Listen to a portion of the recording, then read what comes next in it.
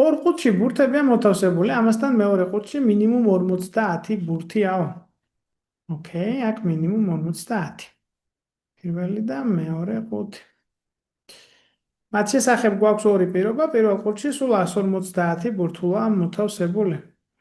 ეს არის პირველი პირობა, მეორე პირობა ამბობს, რომ თუ მეორე ყუთიდან პირველში გადმოვიტანთ 50-ს, გათანაბრდებაო.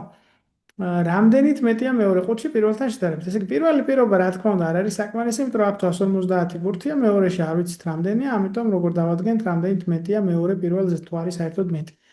პირველი ცალკე არ არის საკმარისი. ეხლა ცალკე მეორე პირობა შევაფასოთ, ცალკე მეორე პირობა გვეუბნება, რომ თუ კი მეორე ყუთიდან პირველში 50 ბურთულას გადავიტანთ, ორივე ყუთშიო გათანაბრდება.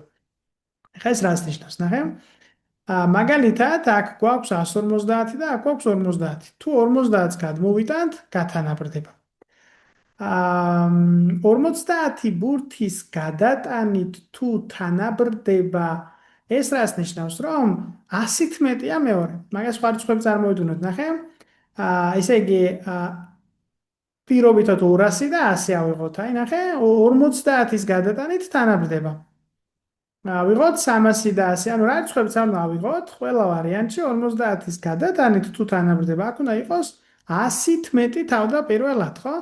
იმიტომ რომ აი რაღაცა გვაქვს აქ პირობითად x-ი, აქ გვაქვს y.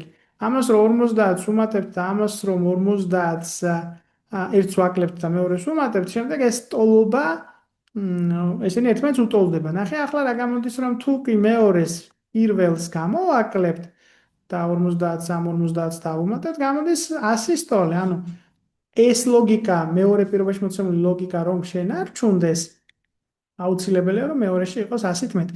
ესე იგი, მეორე პირობის დროს ჩვენ ზუსტად ვერ ვადგენთ რამდენი ბურთია თითოეულში, მაგრამ შეკითხვაზე პასუხს რამდენით მეტია ვადგენთ, ამიტომ სწორი პასუხი გვექნება აქ.